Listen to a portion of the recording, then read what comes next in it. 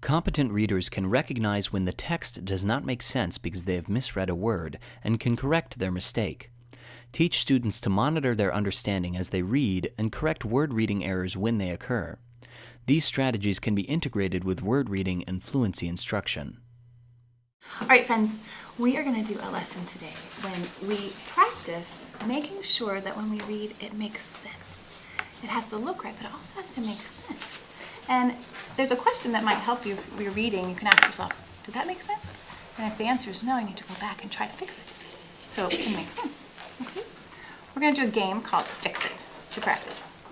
So here's a sentence.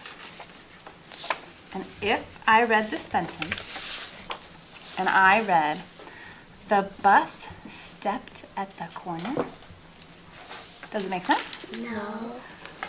Turn back to me. Who would like to share your thinking? Did it make sense? No? It didn't make sense because the buses, they can't really step, and a bus really doesn't really know how to step because it's really has wheels. Can you guys fix it? Go ahead. The bus stopped at the corner. Now, does it make sense? Yes. Great. And it also looks right, doesn't it? Yeah. I noticed some of you talked about the O. All right, let's try another one. On his birthday, he turned 8 years old. Yours. Does it make sense? No. Kirsten. It doesn't make sense because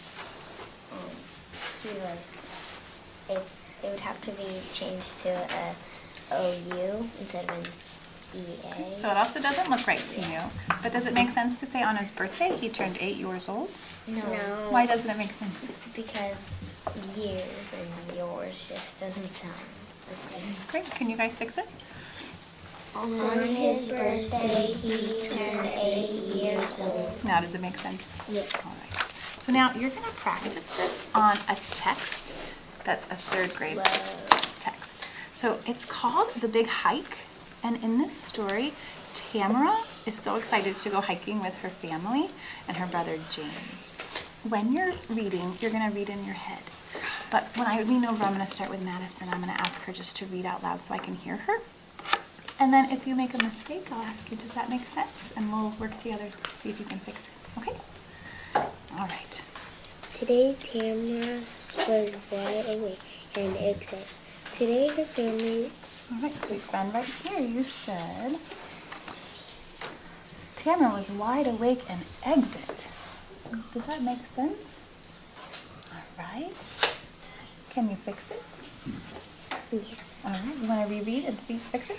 Today, Tamara was wide awake and excited. Does that make sense? Great fixing. Tall trees and tiny flowers blended to both sides of the path. All right, so right here you said tall trees and tiny flowers blended both sides of the path. Does that make sense? Blinded. It's the word lined. There you go. Now reread and see if it makes sense. Tall trees and tiny flowers lined both sides of the path. Do you know what that means, that they lined both sides of the path?